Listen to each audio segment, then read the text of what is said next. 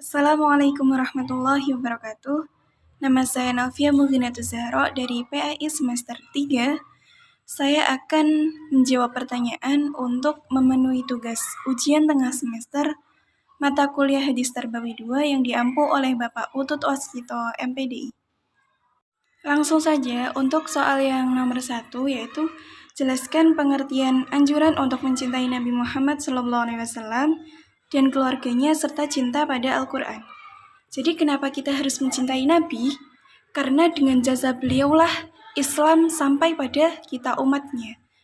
Jadi di zaman jahiliyah dulu, beliau gigih berjuang. Beliau rela dilempar kerikil, rela dilempar kotoran, dan ujian-ujian lainnya. Maka dari itu, kita sebagai umatnya wajib untuk mencintai Nabi Muhammad SAW yang telah menyelamatkan kita dari zaman jahiliyah, zaman kebodohan, menuju zaman yang enak seperti zaman sekarang ini.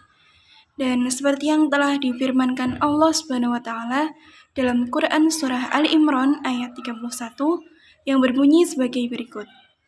A'udzubillahi minasyaitonirrajim. Qul in kuntum tuhibbunallaha fattabi'uni yuhibbukumullahu wa yaghfir lakum dzunubakum. Wallahu ghafurur rahim. Yang artinya, katakanlah, jika kamu benar-benar mencintai Allah, ikutilah aku, niscaya Allah mengasihi dan mengampuni dosa-dosamu. Allah Maha Pengampun lagi Maha Penyayang. Jadi, saya juga mengutip apa yang telah disampaikan Kiai Haji Hasyim Asy'ari dalam kitab An-Nur Al-Mubin. Untuk mencintai Rasulullah, itu kita bisa melakukan beberapa hal, di antaranya sebagai berikut. Menampakkan kecintaan kita kepada Nabi, yaitu dengan membaca sholawat dimanapun, kapanpun, bersama siapapun. Itu usahakan kita membaca sholawat, kita memuliakan Nabi, kita membaca sholawat kepada Nabi dan juga keluarganya. Kalau seperti yang disampaikan abah saya, pengasuh saya, itu adalah bacalah sholawat rahmah yang bunyinya Sallallahu ala Muhammad. Minimal 1 hari sebanyak 1000. Itu yang disampaikan abah saya. Kemudian kita meneladani semua perilakunya, mengikuti ucapannya, mematuhi apa yang beliau perintahkan, apa yang beliau contohkan, itu usahakan kita tiru. Dan jauhi larangan-larangan, jauhi perilaku yang tidak dilakukan oleh Nabi Muhammad SAW. Kemudian bisa juga dengan kita mencintai orang-orang yang cinta kepada Nabi. Seperti yang telah disampaikan oleh sebuah hadis, yaitu idza ahbabta shalihin fa'lam anna fika khairan wa idza uhibbuka shalihun fa'lam anna fika sirran. Jika kamu mencintai orang-orang soleh, maka ketahuilah dalam dirimu ada kebaikan. Dan jika orang-orang soleh mencintaimu, maka ketahuilah bahwa dalam dirimu ada keistimewaan. Jadi, untuk mencintai Rasulullah SAW dan juga keluarganya, kita bisa mencintai orang-orang soleh. Kita bisa meneladani orang-orang soleh, karena orang-orang soleh adalah orang-orang yang mencintai Nabi. Soal yang nomor 2, yaitu sebutkan 2 hadis yang menjelaskan pentingnya adab yang baik bagi seorang anak. Saya mengambil hadis yang telah disampaikan Bapak dosen, yang bunyinya adalah Addibu auladakum wa ahsinu adabahum, rawahu Muslim.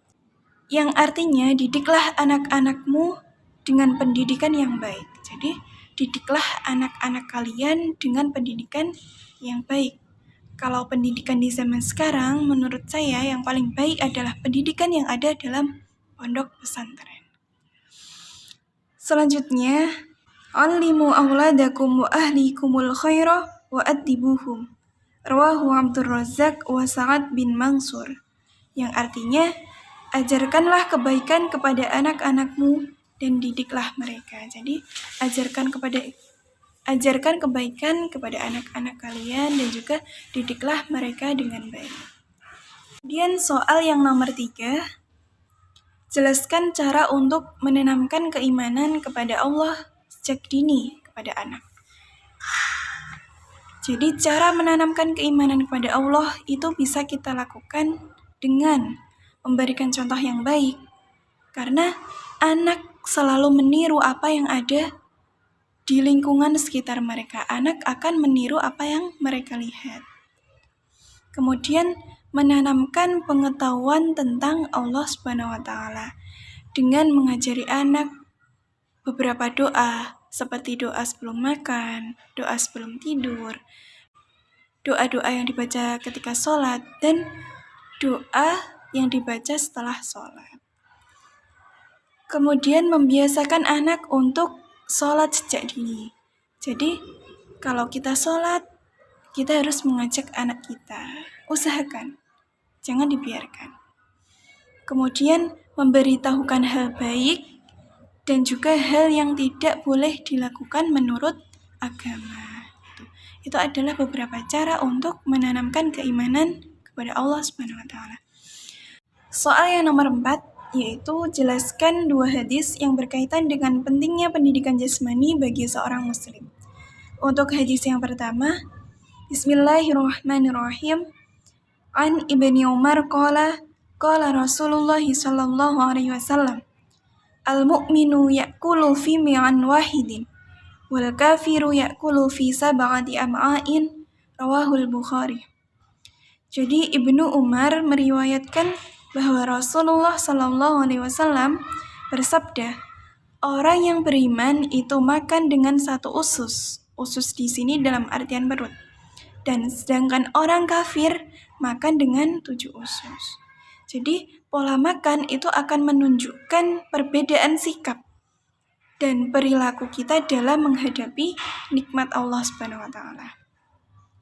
Karena pola makan akan berpengaruh kepada kesehatan jasmani seseorang. Ketika kita makan terlalu kenyang, itu akan berdampak negatif. Setelah makan mungkin kita akan merasa malas, kemudian mengantuk, dan lain sebagainya. Hadis yang kedua, An Abi Malikin al-Ash'ari qala Rasulullah sallallahu alaihi wasallam, at-tahuru syatrul imani, rawahu Muslim. Yang artinya kebersihan itu sebagian dari iman. Kebersihan sangat berpengaruh kepada kesehatan dan keadaan jasmani seseorang. Oleh sebab itu Rasulullah sangat memperhatikan masalah kebersihan. Jadi jagalah kebersihan supaya jasmani kalian terhindar dari macam-macam penyakit. Kalau lingkungan kita sehat, maka juga badan kita akan sehat. Mungkin cukup sekian pemaparan yang bisa saya sampaikan. Apabila ada kurangnya mohon dimaafkan.